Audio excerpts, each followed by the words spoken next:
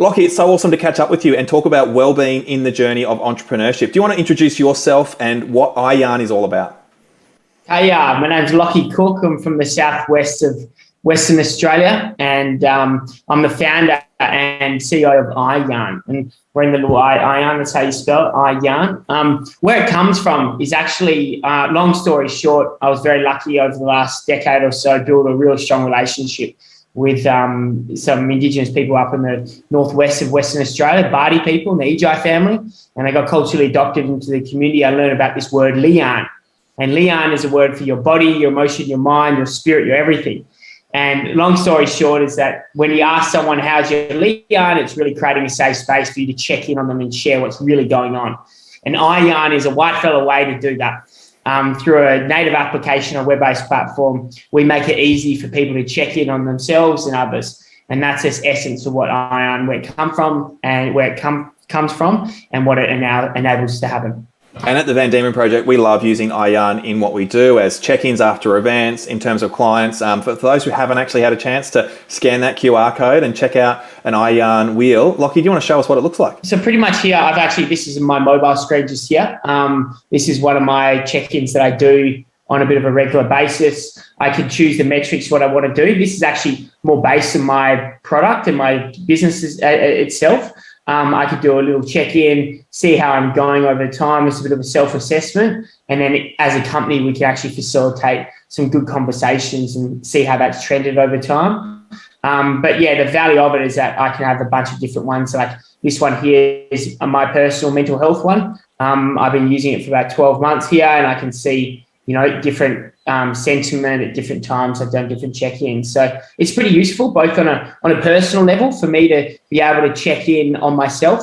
And the idea here, this visualization you can see here, is the way for me to actually have a yarn with myself, but also a loved one, a peer, a colleague, or whatever I want. So that's the intention of it. It can help facilitate those conversations you need, whether it's like on a staff appraisal level around competencies, or on a personal wellbeing level. It's up to you. Yeah, no, that's great. And I think like you've just sort of outlined how quick and easy it is to do. And I know for us at the Diemen project, we use it in our weekly check-ins. And so when we bring our whole team together, that's the first thing that we do is actually go through our wheels and go, how are you going? And we can see the trends and go, oh, it's up, it's down, what's going on? Ask about how happy people are, how are they anticipating things? And I guess part of that as well is the bringing engagement, wellbeing on the entrepreneurship journey. So why is it really important that we actually put this front and center? Talking about Global Entrepreneurship Week and obviously making this happen, why do we need to think about well-being as well for our entrepreneurs? Yeah, I think it goes. I've been very fortunate. Like I'm born a bit of an entrepreneur. My old man, my mum, my family have all been quite entrepreneurial. And you realise growing up, you see that, the journey of ups and downs is quite usual for an entrepreneur. Quite emotional individuals a lot of the time. And sometimes, deals won't happen all the time. You're not going to have 100% success all the time. So you really need a very resilient mindset. And I believe that, more resilient mindset comes from being quite grounded in the sense of, your well-being, and that you've got some real strong foundations in your life. That no matter what stuff gets thrown at you in the business journey of setting up a business and running an entrepreneurial, a small business or large business, whatever it is, you got these strong foundations that can help you keep your cool and not overreact in times where it's crucial for you to stay cool, stay calm and run the course. Because sometimes, deals won't happen, but that's actually because they're not meant to happen. It's actually playing to a bigger picture. And for you to be calm and have a balanced mentality and mindset, it's going to help you ride the storms of entrepreneurship. Yeah, no, that's fantastic. And I can definitely see, we talk actually a lot broadly around the entrepreneurship concept. We talk about people having a crack or just solving a problem or creating their own job, because for some people, being an entrepreneur is actually quite a scary thing. But then also it's the voices that you hear around you. So for those who might be listening in and going, wait a minute, well, how do I help someone who is starting something new? And it might not be a business. It might be just getting out there and doing something good in the community as well. What's your thoughts? What can we do? Obviously, give them an iyarn wheel to check in on is definitely a no-brainer, but what can we do to help? To help them in their, with their ambitions to set up a new business. I think one of the things that's come up a lot recently, as I've started to yarn with a few more people who are starting this entrepreneurial journey, I think one of the big things that a lot of people are forgetting is like jumping from idea concept into launching your sustainable business model for the foreseeable future. And I think one of the real powerful things early on is that I know that you will, with your vision and passion, you will get there to where you want to get to. But that journey of getting there isn't necessarily the way you're thinking is at that first point. And being open with your mind to ask good questions of your customers or the product that it serves to those people and trial it with that specific target market you're willing to work with. You know, my little brother is actually, you know, being an entrepreneur in a business, right? So he's working in a coffee business and now they're looking is spitting off coffee. They're, you know, rebranding their coffee beans and selling that directly to other businesses. And he's being an entrepreneur. And all of a sudden, he's got a lot of pressure on him right now to set up this business that is going to be this like $10 million product, right? Like everyone's plan. But the reality is going from zero to hero in this 12-month period is like, mate, it's not realistic. But there, he's got a lot of pressure on him to show some runs on the board. And so the idea that we've been working around is actually let's get an MVP up and running. Let's not spend 20 grand on branding. You create your own brand, do a $20, $50 gig on Tasker, Manager, whatever it is, get a basic product and then pilot it with 5 customers who are willing to give you feedback. Get the feedback from that and then maybe go for a bigger launch campaign and get the resources around you. Because too many businesses have started and spent a lot of money and then failed because they haven't got a right product market fit. No, that's good. And I definitely agree. We've seen definitely people create really awesome ideas that on paper look really good, but by the time they go and see customers, it's like, actually, no, your customers didn't think that's actually what they needed. They needed something a little bit different from you. And you're right, throwing lots of money, time, and your effort. Actually, one of the things that I've been listening to today is the only thing that we can't actually get back is our time. We can money and everything else, but time, that's really, really critical. So that's something we've got to think about with that. And one of the big ones, just on that point as well, the time, there's one of these challenging things as a product, builder, you put so much energy and effort and say that they will come once you build it, build it and they will come. It's like this idea, all of a sudden I've got this SaaS business. It's amazing. It's going to solve everyone's problems around well-being. And once I get this done, once I get this product done, then I'll have 1 million customers. The reality is it doesn't happen that way. It doesn't. You don't all of a sudden launch it and then 1 million people, you're solving that problem. And that's why I just say, while you're building the product, build your customer base as well. Because if you expect that all of a sudden you're just going to get all these customers at day dot once you launch, the reality is you're only starting your journey then. And that could be 6 to 12 months after you've already been investing all this time into building the product. So obviously you're taking some time to focus on your mental well-being. And obviously before we chatted, I was talking about, like, for me, running is actually one of the things for me that I get my chance to just put my headphones in, one foot in front of the other, and I can actually almost meditate and zone out in that time, even though I'm exerting myself physically. It's like the complete opposite, but it works. And so that's, and my wife will go for a run. You need it because I'm getting angry and tense. How do you look after your mental health in what you're doing and building with iyarn and everything else, family and other life? One of the big things for me, like exercise has been a huge part of my identity as a person, all through my youth and everything. I love exercise. I love doing it. And I've recently gone through this big transition of becoming a dad. I became a dad 13 weeks ago. Very exciting time. But, this thing of I used to have this respite or, this on my daily life through exercise. Wake up and I'd have the luxury to go running and go have a swim in the ocean, have a coffee and all that. And then you realize actually that's absolute luxury. And interesting now, like I'm really happy if I get a walk in during the day. And that's actually really good for me. I'm lucky I've got like a pretty good consciousness around my nutrition. So I realize if I'm not exercising, my calorie consumption decreases and I'm keeping a pretty healthy body weight kind of composition and I'm feeling good still. I just realized that actually I'm playing a bigger game. Like, sure, I acknowledge that, hey, for these next 4 months, I'm lucky if I get an hour in of a run, but I'm not giving myself a hard time about that because I just know it's part of a bigger journey. And I know when I get more headspace, I will be leaning into my exercise a lot more because I know it creates a lot of goodness in my life.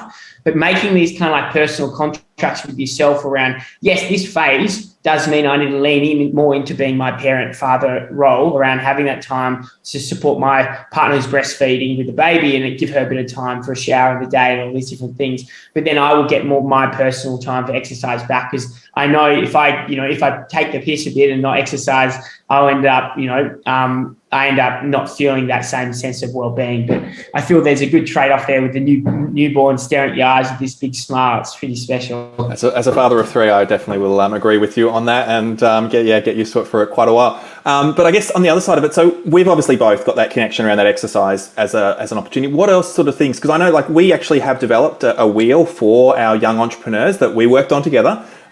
For those in northern Tasmania to be able to check in regularly. And there was far more than exercise in that. So what, if we're sort of looking around people who are starting new ideas, new projects, what sort of things should we be sort of keeping an eye on and checking in on? Because it's not just feeling stressed, because there's a lot more to it.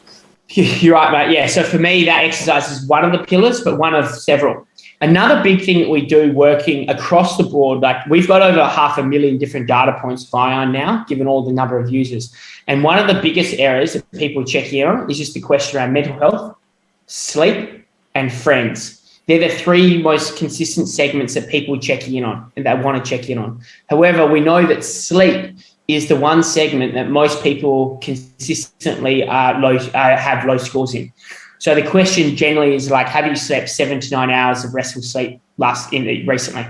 And that question is usually the lowest scoring out of most people who do. So what that tells us is that, there's a lot more work to be done in the community around sleep hygiene. I know that myself goes to exercise. If I don't do some sort of activity during the day, I know my quality of sleep is decreased. I know I'm a little bit more restless. I wake up more frequently, and maybe more anxious, getting something caught in my mind. So I think it's important as a discipline to build up that self-awareness, check in on your sleep, check in on friends, family. A big thing is actually, for me, it's contribution or giving. And I think all of a sudden, because as an entrepreneur, you can get quite self-absorbed. You're so caught up with your own craft and your own business, and it's all about you because you're obsessed with it. But I think if you don't have that altruistic aspect around what you're doing, the bigger contribution you're having and the contribution to your community, it actually disconnects you with reality.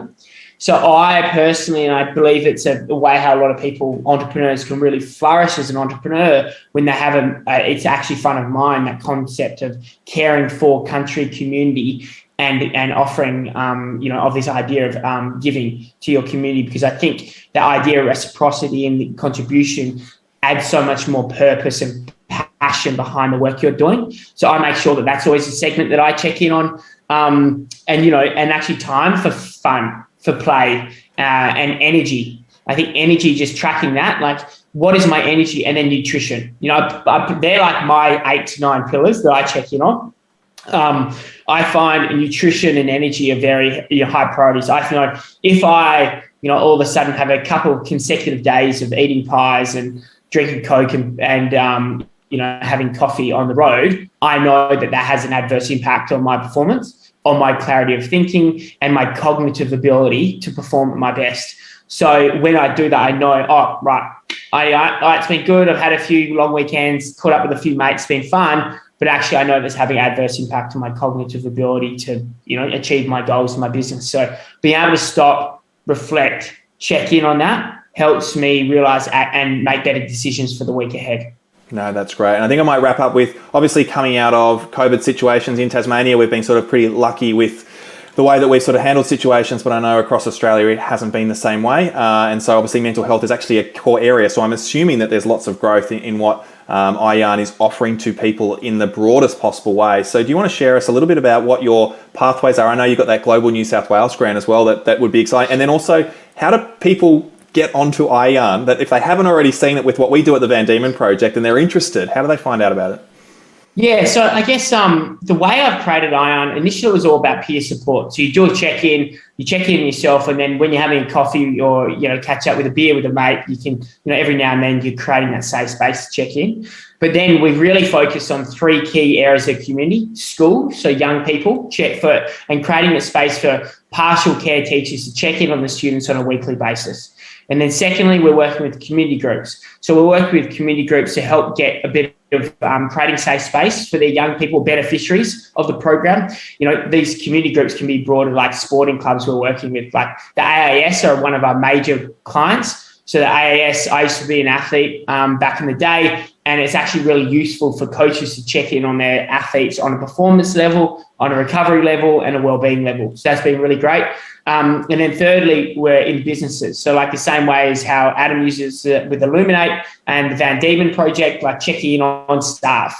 And actually you can use it as a bit of a PDP plan. So you can check in on competencies. It could be, end-to-end sales, communication, stakeholder management, marketing, whatever it is, you're doing a quick check-in. So it's quite a powerful enabler for managers to check in with their staff, and maybe even also have a bit of those softer check-in points, which could be around more wellbeing orientated, around hobbies and fun. And because what we know, it's actually a workplace's OH&S responsibility now to have mentally friendly workplaces. And the iyarn tool helps facilitate that through having consistent scheduled check-ins in the workplace, and makes it quite seamless to do that. So that's a bit of a spiel of all the people we work with and how you can kind of connect with iyarn. We've got a freemium option. So you literally could go in the App Store, download iyarn and use it for yourself, for your peers or whatever. And then if you're like, actually, I want to use this for my business, for my school, community group, whatever like that, reach out to us. There's plenty of ways in the platform to reach out, and we can dial up your access to have more advanced reporting and invitation links and more sophisticated ways to use the platform. But yeah, thanks a lot. We got a cool, Instagram, Facebook, LinkedIn. We've got a quite active presence there. If you want to hear a bit more, we've got some great blog posts and blog podcasts as well to talk about some amazing people. And Adam, we'll have to get you on there sometime soon, mate. We'll see what we can do. No, we absolutely love the platform, and it's been good to be on the journey with you, I think, for now almost 12 months. As this has been growing and building as well. And so that's really exciting. I must say that it's been great to not just have it as a piece of like a resource and a tool inside our organization, but to actually have you and your team to ask questions of as well, because it's a journey, and there is no way that I think any one person knows everything in this space. And so the ability to be able to ask questions and to work with, it's been really valuable for us at the Van Diemen project. And that only just empowers the hundreds and thousands of entrepreneurs and business starters that we get to work with. And so it has been really, really awesome. But thank you for joining me for this conversation as we talk a little bit about wellbeing and the entrepreneurship journey. Thank you. Deadly. Thanks, Adam. Great to be here.